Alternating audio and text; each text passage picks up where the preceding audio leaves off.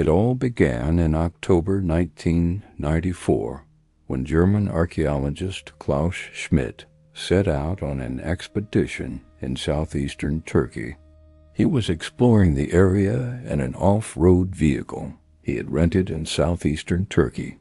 He came upon a hill that a farming family had been cultivating for years.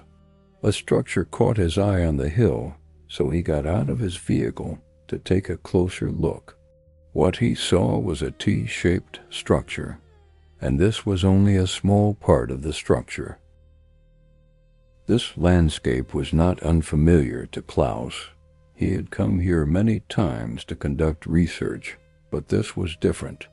He knelt down and began examining the exposed part of the structure, and at that moment he realized that what stood before him bore no resemblance to an ancient resting place, Byzantine ruins, or anything he had ever read about in his books. In fact, there was no record of this structure even existing there. You might think the column was as old as our great-grandfathers, but you'd be wrong. This column was exactly 12,000 years old. That's 120 times the age of our great-grandfather. Just imagine that number. Schmidt stood up and looked toward the city of Sanliurfa, far away from the flat limestone plateau in southeastern Turkey. That afternoon he made a decision that he would later describe to a reporter from Smithsonian Magazine as simple. When you see a structure this massive, you do one of two things, Klaus said. Either you forget about it and move on with the rest of your life, or this structure becomes your whole life, he said, and he chose to stay.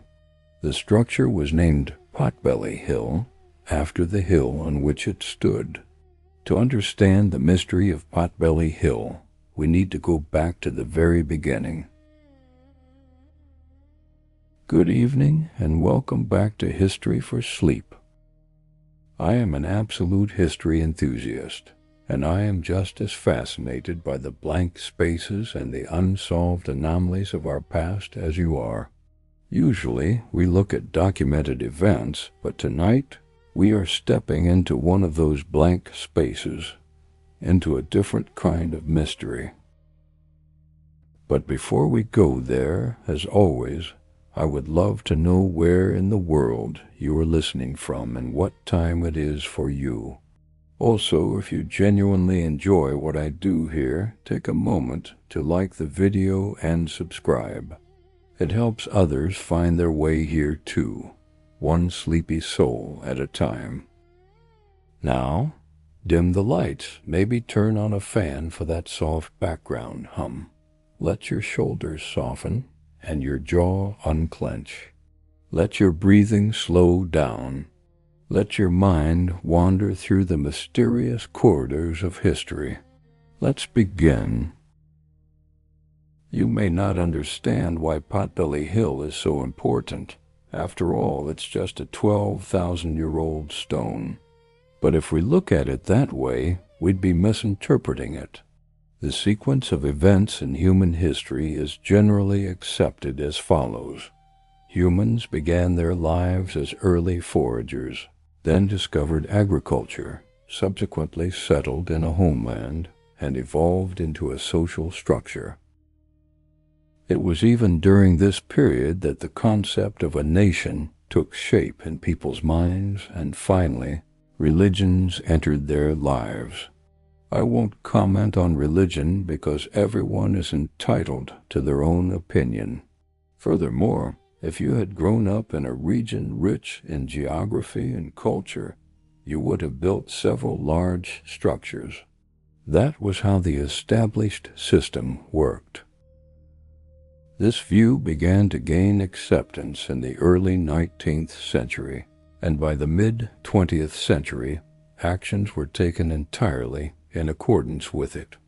In 1963, the University of Chicago and Istanbul University conducted a joint study on this topic. They formed a research team. climbed the hill in southeastern Turkey known locally as Potbelly Hill and closely examined a limestone formation protruding from the ground. As a result of their research, they reported that the area where the stone was found was once a medieval resting place or perhaps a Byzantine outpost. Peter Benedict, who led the research team, stated in an article he wrote 17 years after the study in 1980 that the hill where the research was conducted had been used during the Middle Ages. He also drew attention to formations he referred to as strange hills and a large number of broken flint stones. However, he did not conduct an excavation and did not return to the site. This was the part Klaus was referring to. And for exactly 31 years, research reports on Potbelly Hill were published. However, once the reports came out, no one looked into this place again. Now, to understand what happened, we need to know its geography and history, just as we always do. This city, located in southeastern Turkey, has a long history. In ancient times, this city was called Edessa, though this was not, of course, its original name. The term used to describe this city in geographical contexts is the City of Prophets. According to Jewish and Islamic beliefs, the prophet Abraham was protected here through miracles, while the prophet Moses tended sheep here. As for Christianity, the first Christian state was established in this city. Ancient sources refer to this city as if it were a treasure. It is located in the upper part of the Tigris-Euphrates Valley. This region has witnessed so many civilizations and ways of life that the traces of human activity extend deep into the earth, much like the rings of a very old tree. Potbelly Hill is situated on the highest part of a long limestone formation, 15 kilometers northeast of Sanliurfa. On a clear day, you can spot it even from far away across the plain. The Yildiz family who farm in this region had been working the land around Potbelly Hill for generations.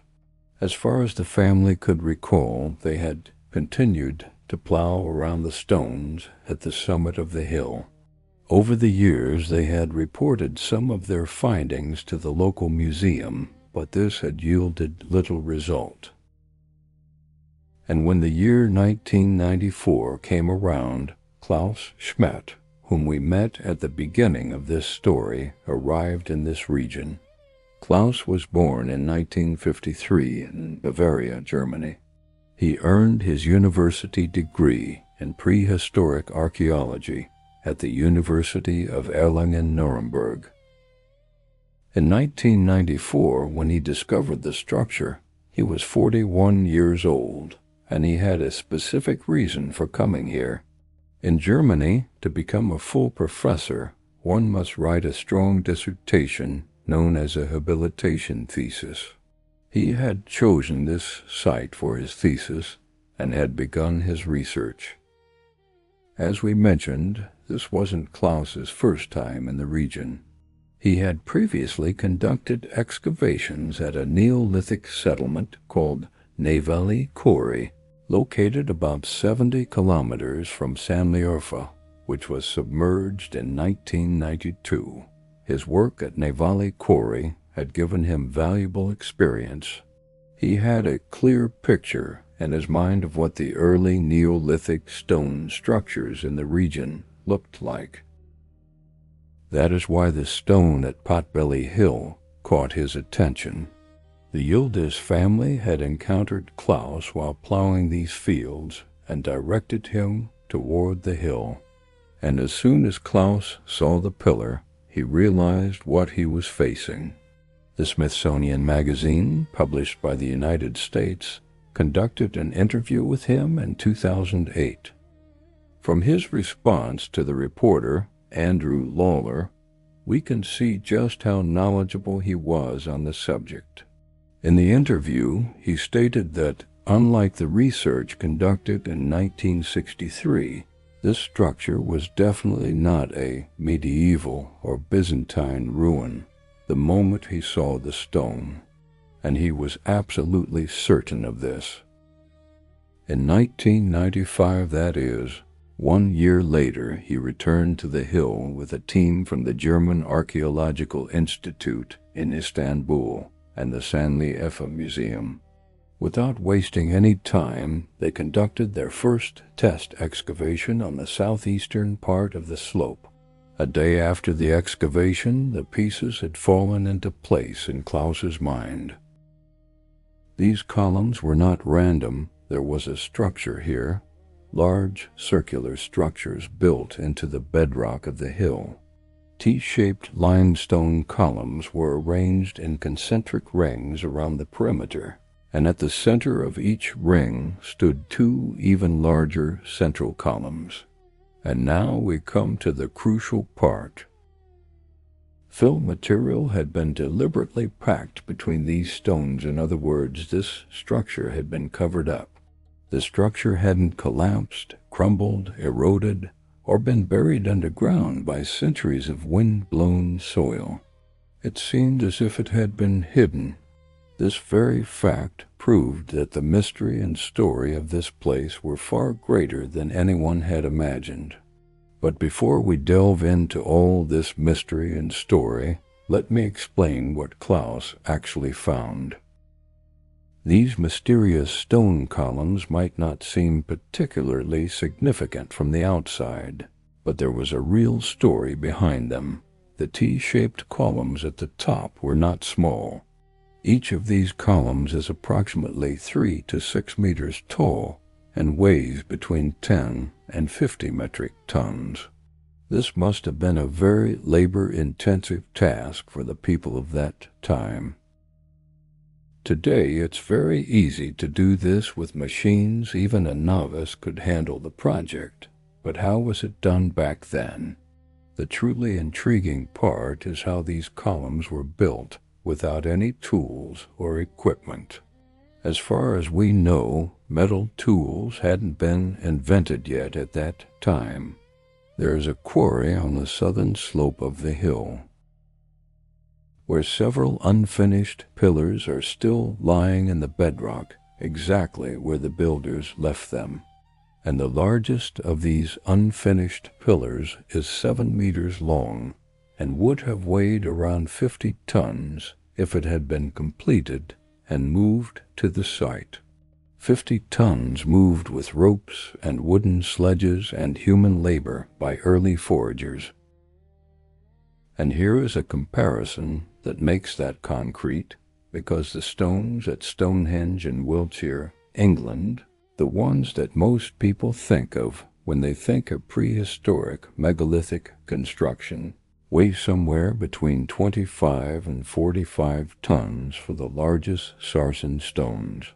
And Stonehenge was built around 3000 BC. Potbelly Hill was built around 9600 BC.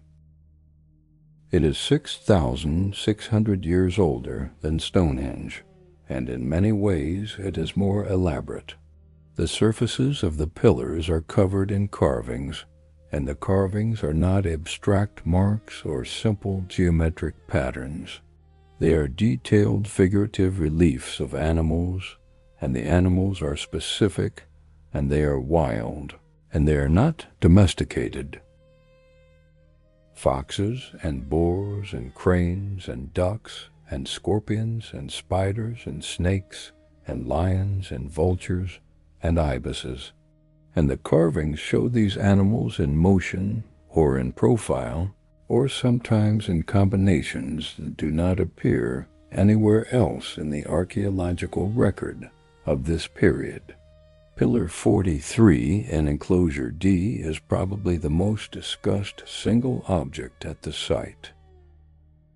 And it is a large T-shaped pillar that was described in a 2017 paper by Martin Sweetman of the University of Edinburgh and Dimitrios Sikritsis in the journal Mediterranean Archaeology and archaeometry, and Sweetman and Sakritsis argued that the arrangement of animals on Pillar 43 corresponds to specific star constellations, and that the pillar may be recording a comet impact event around 10,950 BC that matches the onset of the Younger Dryas period, a period of sudden global cooling that interrupted the warming trend after the last ice age.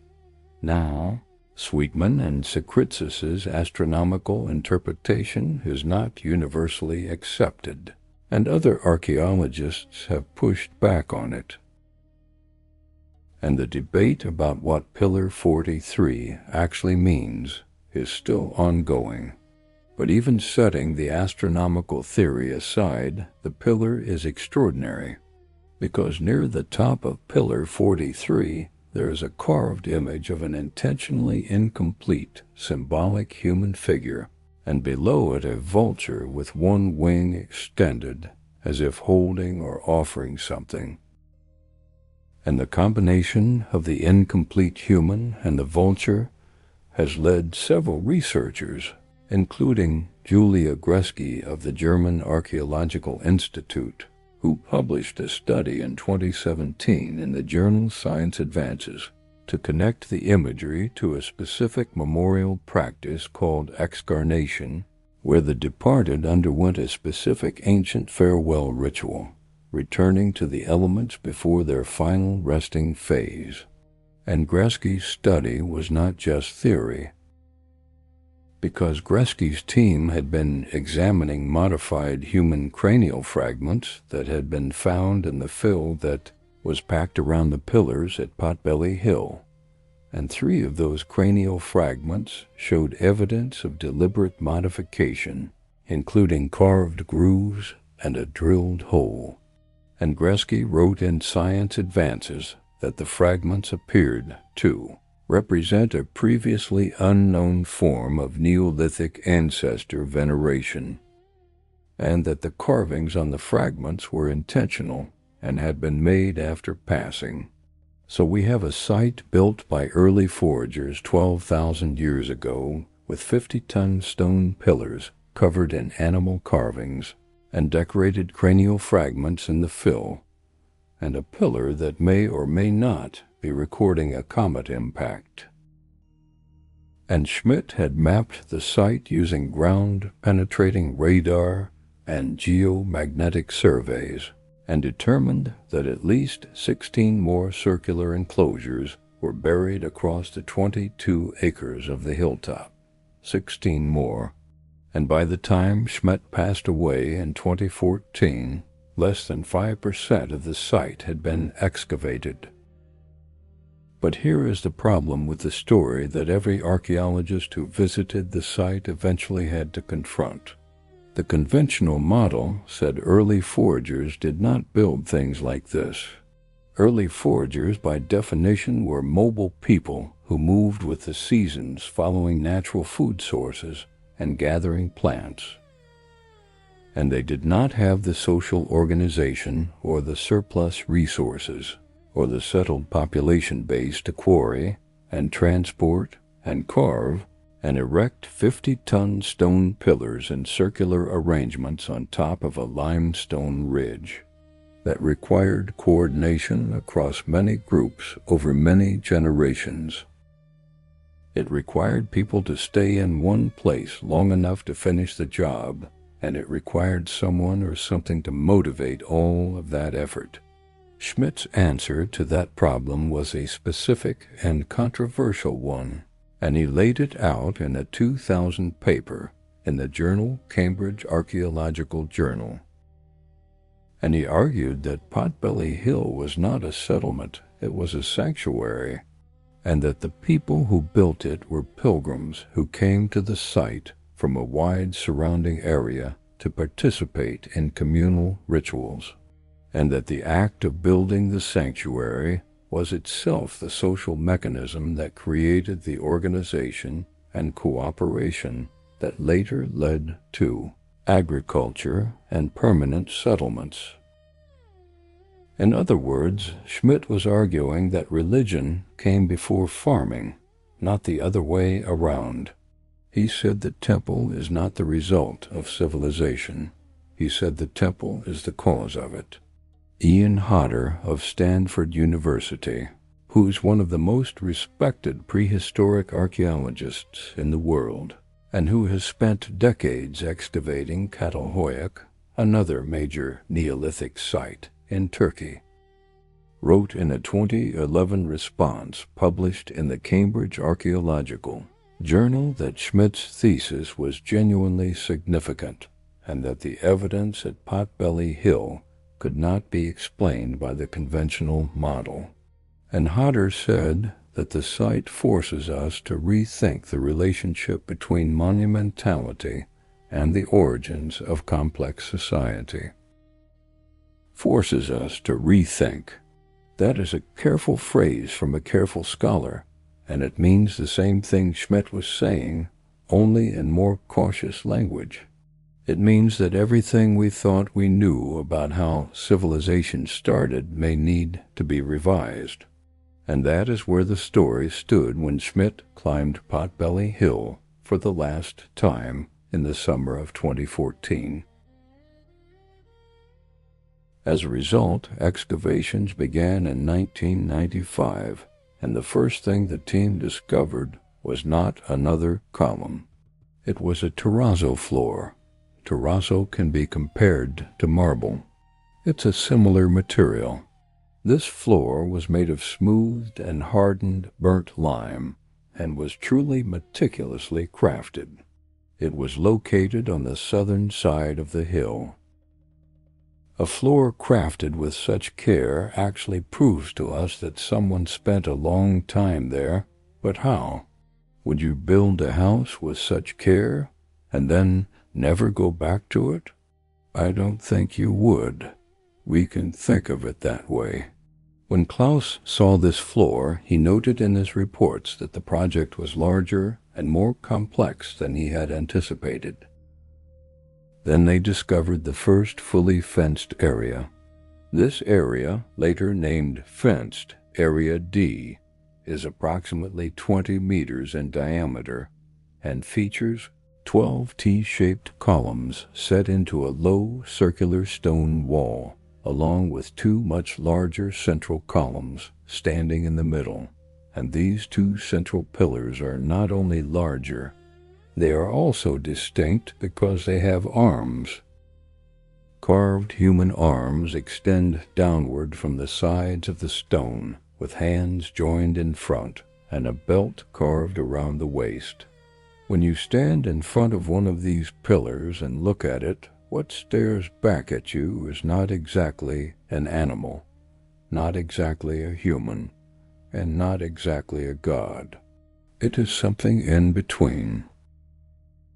The UK-based journal Antiquity reached out to Klaus in 2006. In the interview, Klaus offered his anthropomorphic interpretation of the columns. You might ask, what does anthropomorphic mean? You can think of it as a human motif. In other words, the columns and stones were arranged to form a human figure, or, in their view, a divine motif. Klaus also stated that this motif represented a supernatural symbol. You can think of it as an idol, actually. Klaus also argued that this area and this structure stood above humans and the builders, and that back then there was a fine line between people and this god or whatever it was.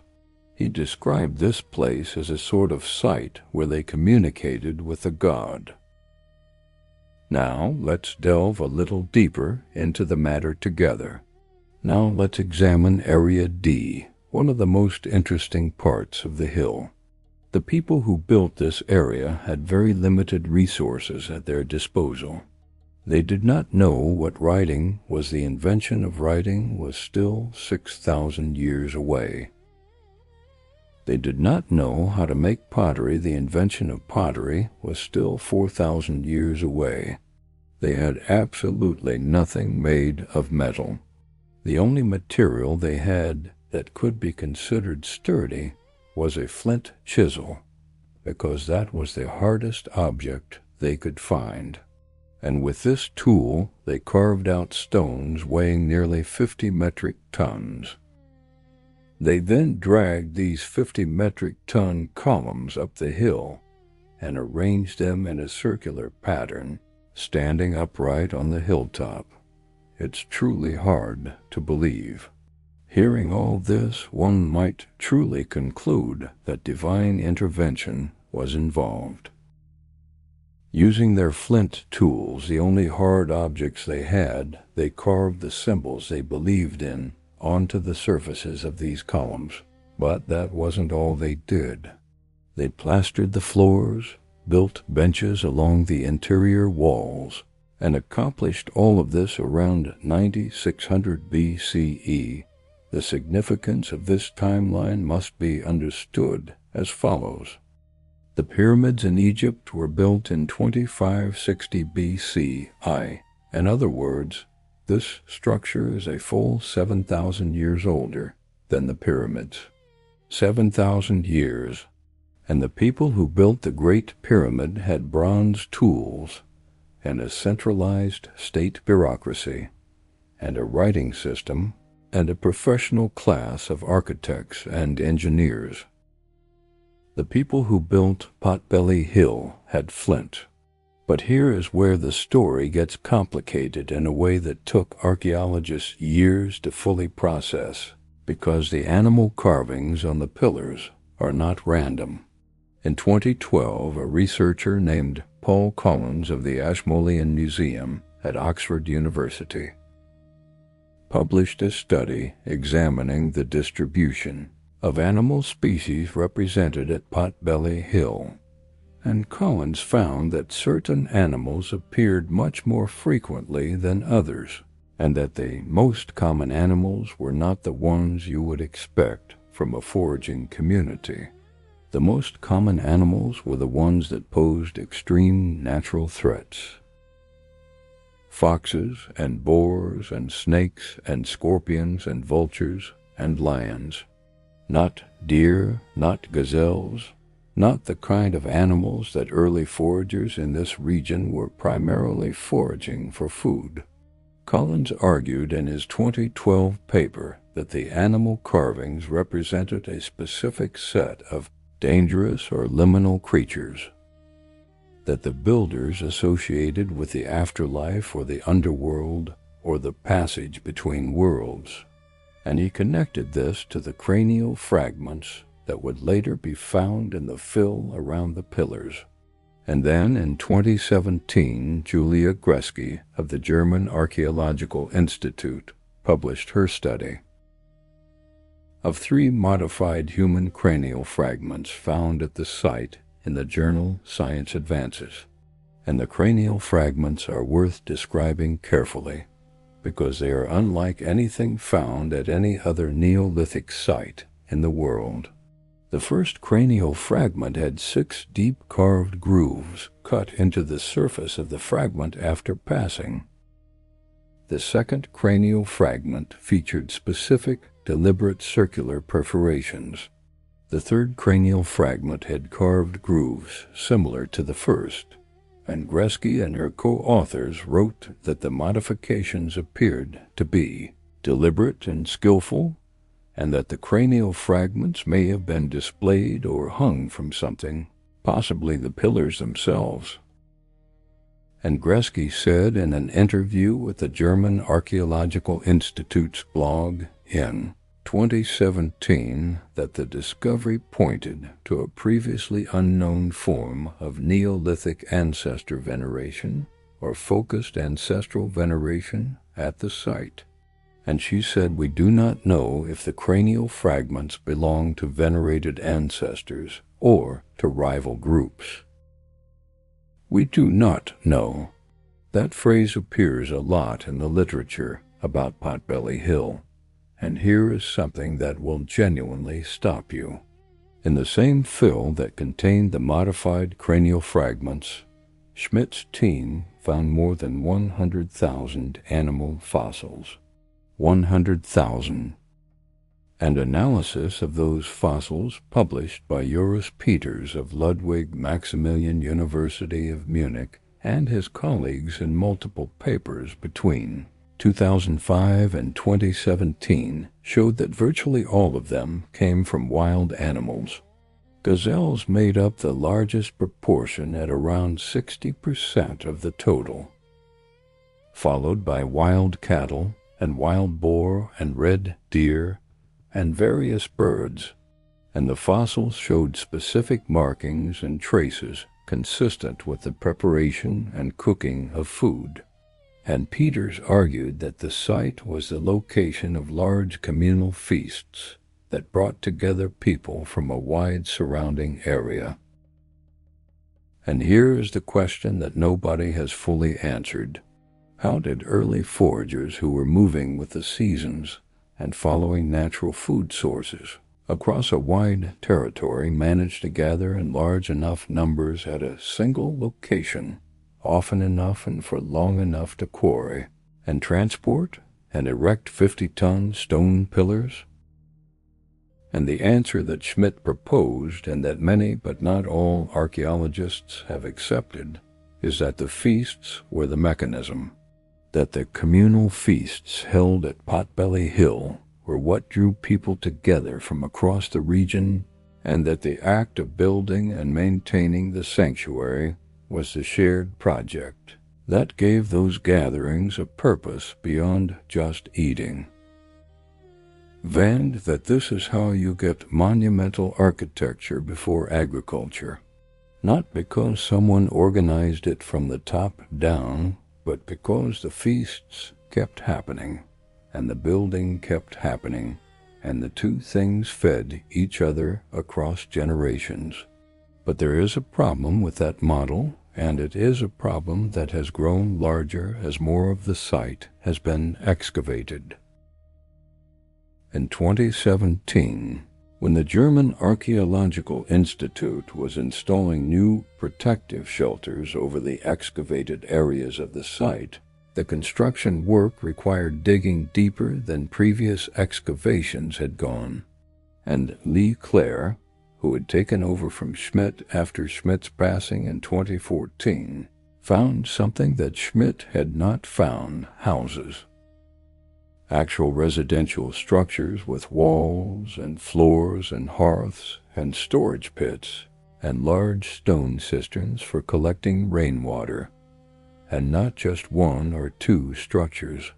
Multiple buildings spread across the hill showing evidence of repeated occupation over long periods of time, and alongside the residential structures, Claire's team found processing tools, grinding stones for grain, and the grain was not wild grain. Some of it showed the early characteristics of domesticated wheat. And here is the twist. Because if people were living at Potbelly Hill and processing domesticated grain there, then the site was not just a ritual sanctuary visited by nomadic early foragers for seasonal feasts. It was a settlement. And the question of whether Potbelly Hill was a sanctuary or a settlement or both at the same time is one that is currently being argued about in the archaeological literature and has not been resolved. Lee Clare told the Archaeology magazine in a 2021 article that the new discoveries did not contradict Schmidt's work but extended it. And he said what we are finding suggests the site was occupied more continuously than Schmidt believed, and that the transition from early forager to settled life may have happened here or very near here. And he said the building, the feasting, the ritual, and the settlement may all have been part of the same process happening at the same time. And then there is the question of why it was covered, because sometime around 8000 BC, after approximately 1,600 years of use, the enclosures at Potbelly Hill were filled in, deliberately, not abandoned, not collapsed, not covered by erosion, filled in with a specific mixture of limestone rubble, and flint tools, and animal fossils, and soil that was packed tightly around the pillars and over the floors. And in some cases, the tops of the pillars themselves were carefully broken off before the fill was added, as if whoever was doing this wanted to make absolutely certain the structures would not be visible from the surface. Schmidt noticed this in his earliest excavations, and he described it in a 2000 paper in Cambridge Archaeological Journal as intentional structured deposition.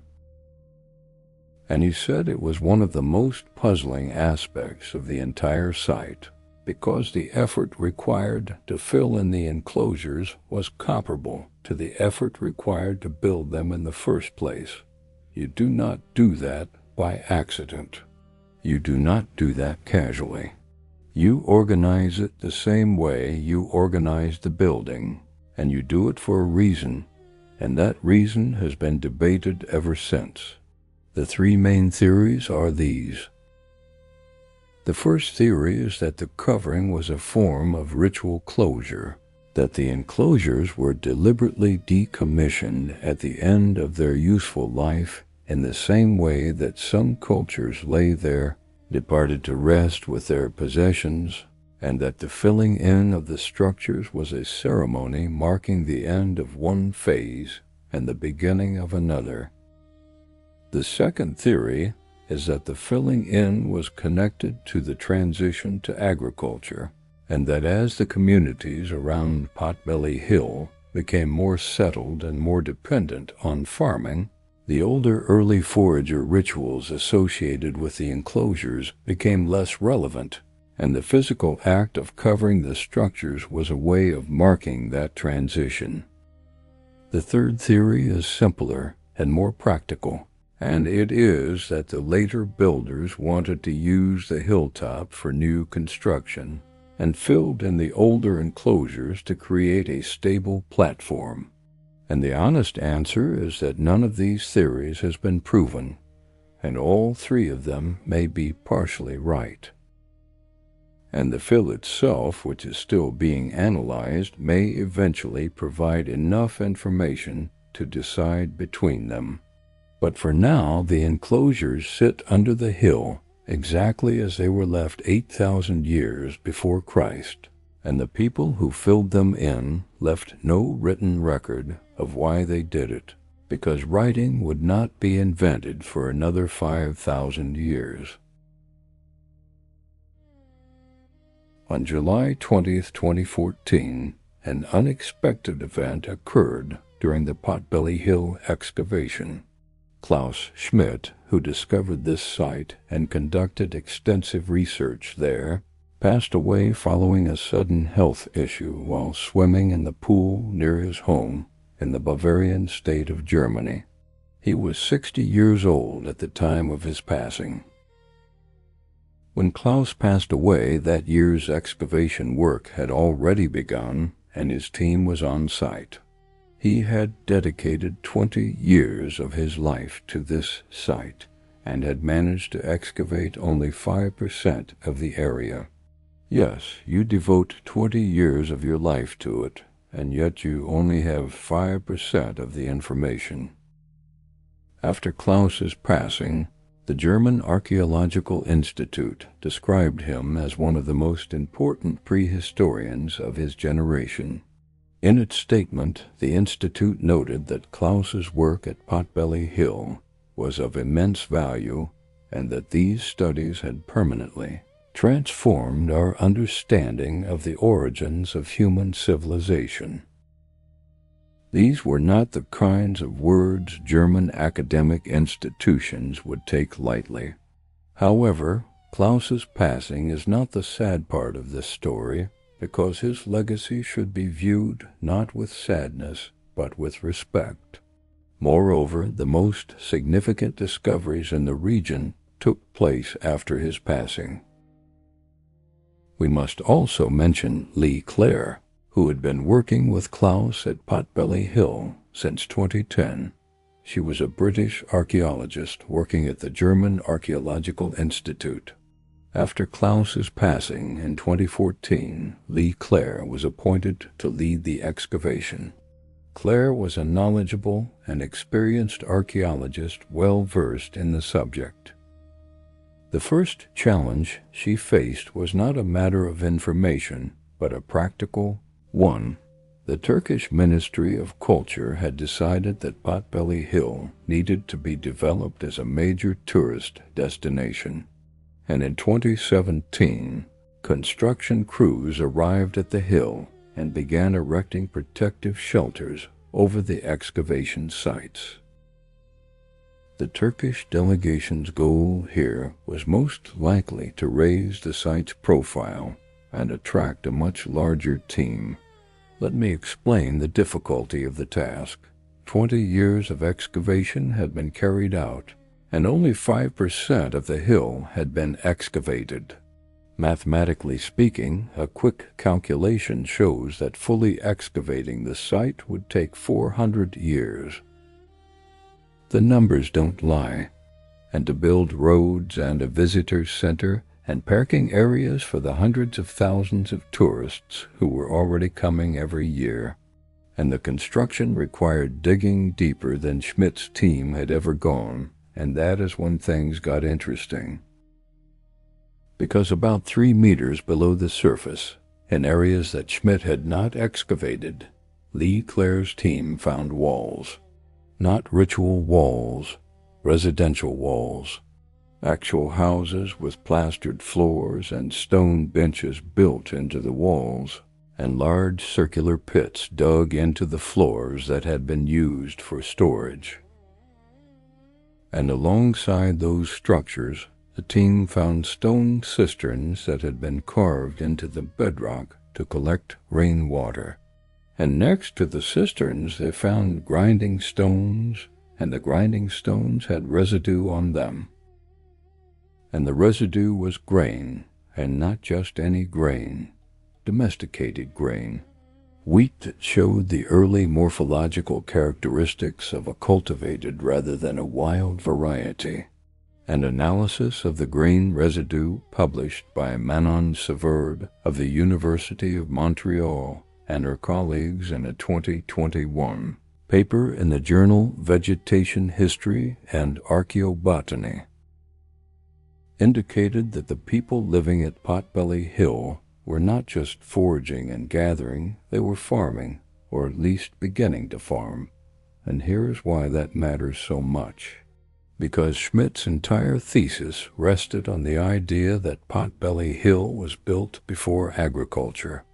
That was the revolutionary claim. That was the thing that turned the conventional model of human history upside down. If you take away the pre-agricultural dating, then Potbelly Hill is still extraordinary, but it is extraordinary in a different way, and the question of what exactly it was becomes much harder to answer. Now, to be clear, Lee Clare has been careful not to say that Schmidt was wrong. In a 2021 article in Archaeology magazine, Clare said that the new findings do not undermine Schmidt's core insight, but extend it. And he said what we are seeing is not a simple sanctuary visited by nomadic early foragers, but a more complex site where foraging and gathering, and early farming and ritual and communal living were all happening at the same time and in the same place. And he said the transition from early forager to farmer may not have happened elsewhere and then spread here. He said it may have happened here, right on this hill, right under the T-shaped pillars with the carved foxes and the ceremonially modified ancestral remains. But wait, because there is something about Potbelly Hill that nobody has explained, and that the new residential findings make even harder to explain. And it is the covering, not the human cranial fragments in the fill, the covering of the enclosures themselves. Because whoever filled in the circular structures at Potbelly Hill around 8000 BC, did not just shovel dirt over them and walk away. They packed the fill in carefully and deliberately, and the fill itself is a specific mixture of limestone rubble and flint tools and animal fossils and soil. And in some enclosures, the fill was added in distinct layers that suggest multiple separate episodes of deliberate deposition over a period of time. And here is something that will stop you cold. The flint tools in the fill are not broken tools. They are complete tools, usable tools. Somebody put perfectly good stone tools into the fill and covered them with the structures. And the animal fossils in the fill are not random waste. Analysis by Joris Peters of Ludwig Maximilian University of Munich, published across several papers between 2005 and 2016, showed that certain animal species appear in much higher concentrations in the fill than you would expect from ordinary food waste. And Peters argued that the fossils represented deliberate deposits rather than casual refuse. So the people who covered Potbelly Hill put good tools and selected animal fossils and specific ancestral fragments into the fill as they went. That is not cleaning up a site. That is performing a ceremony. And here is a comparison that makes this concrete. When the ancient Egyptians sealed a resting place, they did not just close the door. They packed the entrance shafts with rubble and sand, and they placed specific objects in specific locations according to a specific ritual sequence. And the whole process was supervised by priests who knew what it meant. The covering of Potbelly Hill looks like that. Something deliberate, something supervised, something that meant something to the people doing it, and we do not know what it meant. Now, Schmidt had a theory about the covering, and he laid it out carefully in multiple papers. And he argued that the enclosures were ritually decommissioned after they had served their purpose, and that each enclosure may have had a specific lifespan after which it was sealed, and a new one was built nearby. And he pointed to the fact that the deeper and older enclosures at Potbelly Hill, the ones in Layer 3, are larger and more elaborately decorated than the more recent ones in Layer 2, as evidence that the site went through distinct phases of construction and ritual use and sealing. But here is a problem with that theory.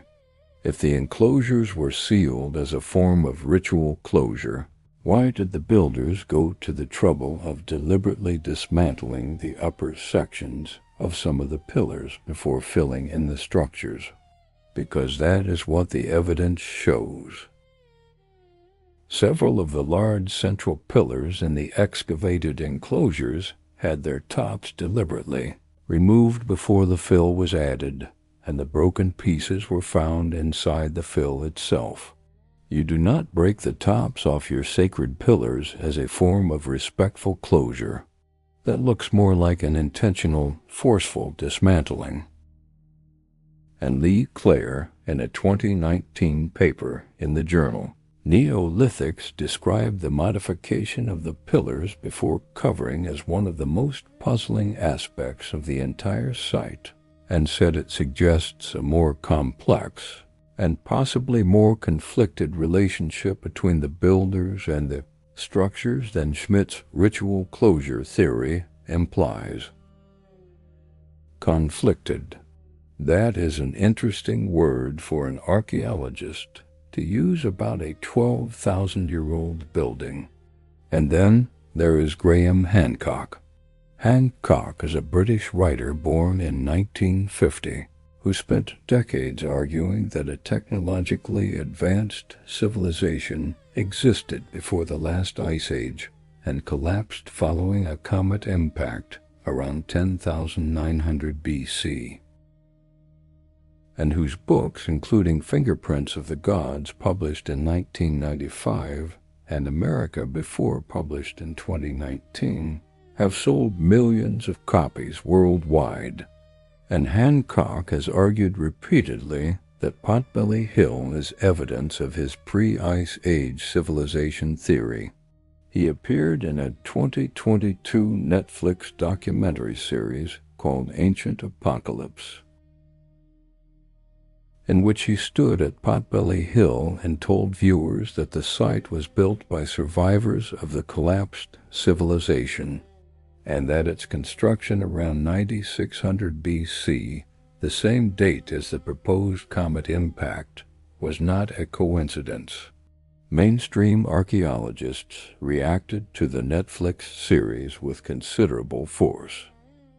Flint Dibble of Cardiff University wrote a detailed critique published on the academic website The Conversation in November 2022, in which he said Hancock systematically misrepresents the archaeological evidence at Potbelly Hill and elsewhere, and that his theory requires ignoring or dismissing decades of careful excavation work by hundreds of researchers. Dibble said Hancock's approach takes the most remarkable and poorly understood aspects of the archaeological record and fills the gaps with a story that sounds exciting but has no evidential support. And here is the honest answer about Hancock and Potbelly Hill. The site does not need a lost civilization to be extraordinary. It is already the most remarkable prehistoric site on Earth. Early foragers with flint tools built circular enclosures with 50-ton pillars covered in detailed animal carvings, and ceremonially modified ancestral fragments 12,000 years ago, and we do not fully understand why, and that is enough. You do not need Atlantis, you need more time, and more excavation, and more patience, and the excavation is continuing. After Schmidt's passing, the site passed through several phases of management, and since 2021 the excavation has been a joint project of Istanbul University, the Şanlıurfa Museum, and the German Archaeological Institute, under the direction of Necmi Kırıl of Istanbul University. Kırıl told the Turkish newspaper Hürriyet Daily News in a 2022 interview that the site still holds enormous undiscovered material, and that the ground-penetrating radar surveys show at least 16 more circular enclosures covered across the 22 acres of the hilltop, none of which have been excavated. 16 enclosures, and only 4 have been fully or partially excavated since 1995. Carl said we have barely begun, and he said Schmidt understood that, and it is why he said he would stay for the rest of his life. Schmidt stayed for 20 years, and he never saw what was under the hill. And the hill is still giving things up, slowly, one season at a time. And somewhere under the limestone plateau of southeastern Turkey, within sight of the city that ancient sources called the City of the Prophets, the rest of Potbelly Hill is waiting, and it is a history that deserves to be remembered. So that is the story of Potbelly Hill, a hill that a team of American and Turkish archaeologists walked up in 1963 and walked away from, and that a German archaeologist named Klaus Schmidt walked up in 1994 and never really left. Schmidt spent 20 years on that hill, and he mapped it, and he dug it, and he wrote about it, and he argued for it in journals and at conferences and in interviews, and he passed away before he saw what was under most of it, and the hill is still giving things up one season at a time.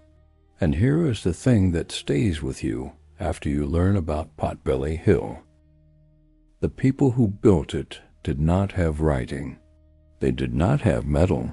They did not have wheels. They had flint and rope and each other, and they quarried 50-ton limestone blocks from the bedrock of the ridge and dragged them up the hill and carved foxes and boars and vultures into the surfaces, and arranged the pillars in circles and plastered the floors and held feasts and performed ceremonies and laid their departed to rest, performing specific ancestral modifications. And then at some point around 8000 BC, they filled the whole thing in, deliberately, carefully, and walked away. And for 10,000 years the hill sat in the dry limestone plateau of southeastern Turkey, and farmers plowed around the stones at the top without knowing what was underneath. And then Peter Benedict walked up in 1963 and wrote in his survey report that it was probably a medieval resting place, and walked away too. And then Schmidt came.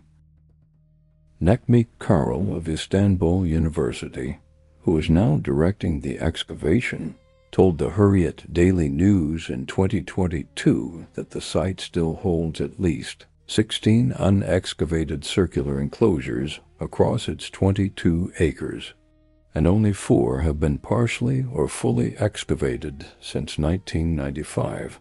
Karl said, "We do not know what we will find." And he said that is the honest answer, and he said Schmidt knew that too, and it is why he stayed.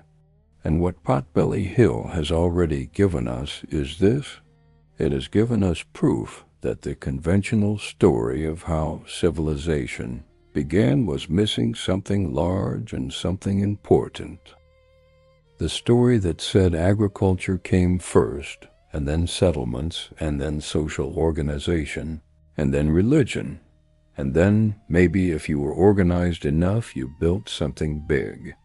That story is not wrong exactly, but it is incomplete.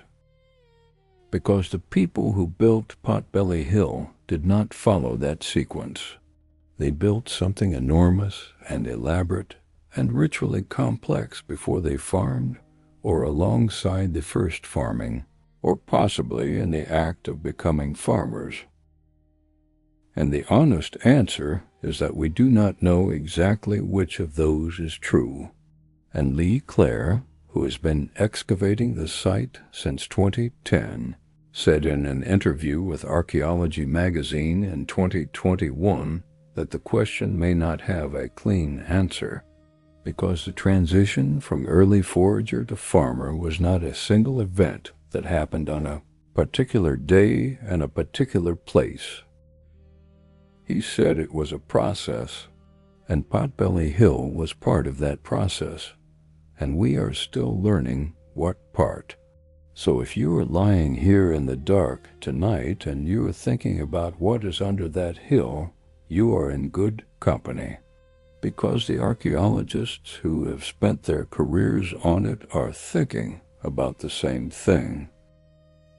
And the hill is 12,000 years old, and it has been waiting this long already, and it will wait a little longer. Let your breathing slow down. Let your shoulders drop. The questions will still be there in the morning. And somewhere in southeastern Turkey, within sight of the city that ancient sources called the City of the Prophets, the limestone is cool and the fill is undisturbed, and the pillars are standing in the dark exactly as the people who covered them left them 10,000 years ago. And they have been standing there through every empire and every dynasty and every war that has passed over that plateau since 8000 BC, and they will be standing there tomorrow. And that is enough for tonight.